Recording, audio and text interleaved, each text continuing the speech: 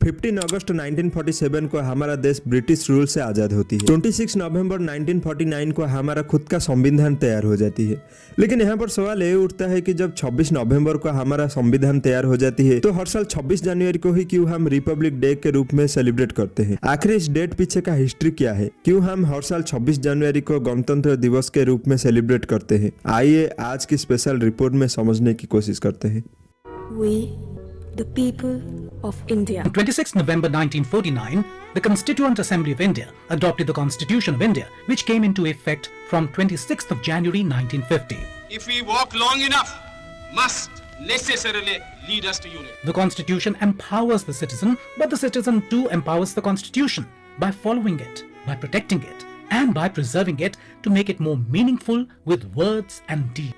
सबसे पहले जान लेते हैं कि कॉन्स्टिट्यूशन यानी संविधान क्या है। एक आसान भाषा में समझे तो जिस तरह हमारे घर में बच्चों के लिए पेरेंट्स कुछ रूल्स बनाते हैं कि कब खाना है, कब खेलना है, कब पढ़ना है, ताकि उनका बच्चा आगे जाकर एक सुनागरिक और जिम्मेदार इंसान बने, उसी तरह देश को चलाने के लिए कुछ रूल्स बनाए गए हैं जिसमें बताया गया है कि गवर्नमेंट को कैसे काम करना है, सिटीजन्स का क्या राइट्स है, ताकि देश की सभी लोग इसको फॉलो करके देश को अच्छे से चला सके। और इन सभी रूल्स को एक किताब में लिख के रखा गया है जिसको कॉन्स्टिट्यूशन यानी संविधान बोला जाता है। 15 अगस्त 1947 को भारत को आजादी मिलती है, लेकिन लगभग अगले 2.5 साल तक भारत का head of the state British monarch थे। जिस तरह आज की डेट में हमारे head of the state president है जो इलेक्ट होके आते हैं, लेकिन उस वक्त हमारे हेड ऑफ द स्टेट को हम इलेक्ट नहीं कर पा रहे थे। लेकिन साल 1950 से सब कुछ बदल जाती है। भारत में संवैधानिक बदलाव के लिए 8 नवंबर 1927 को ब्रिटिश सरकार भारत में साइमन कमीशन भेजते हैं, लेकिन इस कमीशन में कोई भी इंडियन नहीं थे, जिसके लिए इंडिया में इसके खिलाफ बहुत ज्यादा प्रोटेस्ट होती है। साइमन गो बैक का नारा लगाया जाता है। इस प्रोटेस्ट को देखकर लॉर्ड ब्रिकनहेड जो secretary of state for India थे, वो भारत के सामने एक ओपन चैलेंज रखते हैं। इन्होंने भारत की सभी पॉलिटिकल पार्टीज को बोलते हैं कि आप हिंदू, मुस्लिम, सिख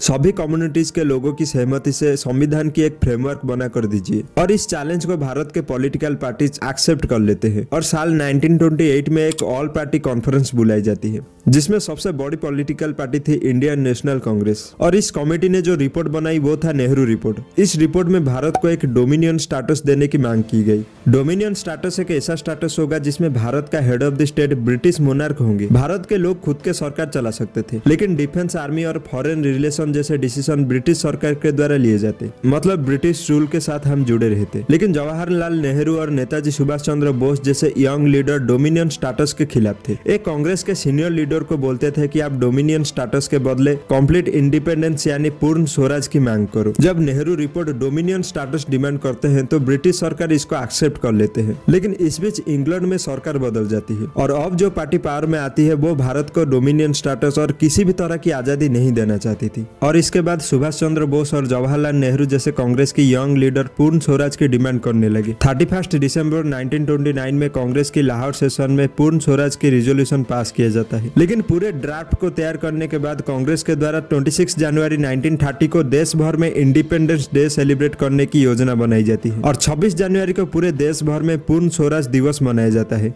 और ब्रिटिश सरकार को मार्च तक टाइम दी जाती है भारत को आजाद करने के लिए। लेकिन इस बीच भारत को आजादी नहीं मिल पाती है तो Congress civil disobedience movement launch कर देती है। और 1930 के बाद हर साल 26 जनवरी को कांग्रेस आजादी दिवस और पूर्ण स्वराज दिवस के रूप में मनाती आती थी। और जब 1947 को भारत को आजादी मिलती है तो वाइसरॉय की ऑफिस खत्म हो जाती है, लेकिन गवर्नर जनरल की पद बना रहता है। इस पद में जो नियुक्त होगा वो ब्रिटिश राजा के द्वारा नियुक्त किया जाएगा। लेकिन ऐसा नहीं है कि ब्रिटिश किंग जिसको चाहे उसको यहाँ पर गवर्नर जनरल नियुक्त कर सकते थे। जिसके नाम को भारत सरकार रेकमेंड करते वही यहाँ पर गवर्नर जनरल बन सकते थे। और इस बीच हमारा संविधान भी लिखा जा रहा था। लेकिन कांग्रेस लीडर्स के द्वारा बोला जाता है कि हम हर साल 26 जनवरी को पूर्ण स्वराज दिवस के रूप में मनाते आए हैं, इसलिए ये तय किया जाता है कि 26 जनवरी को हमारे संविधान लागू करने की। लेकिन संविधान का कुछ पाबंद 26 नवंबर से ही लागू हो चुका था और पूरा संविधान 26 जनवरी 1950 को पूरे देश में लागू हो जाती है। और 26 जनवरी को हम पूर्ण स्वराज दिवस के बदले 1950 से रिपब्लिक डे और गणतंत्र दिवस के रूप में मनाते आए हैं। आशा करता हूँ आज की स्पेशल रिपोर्ट से आपको कुछ वैल्यू मिली होगी। वीडियो अगर अच्छी लगी तो लाइक करो और इसी तरह का स्पेशल रिपोर्ट्स के लिए चैनल को सब्सक्राइब करो।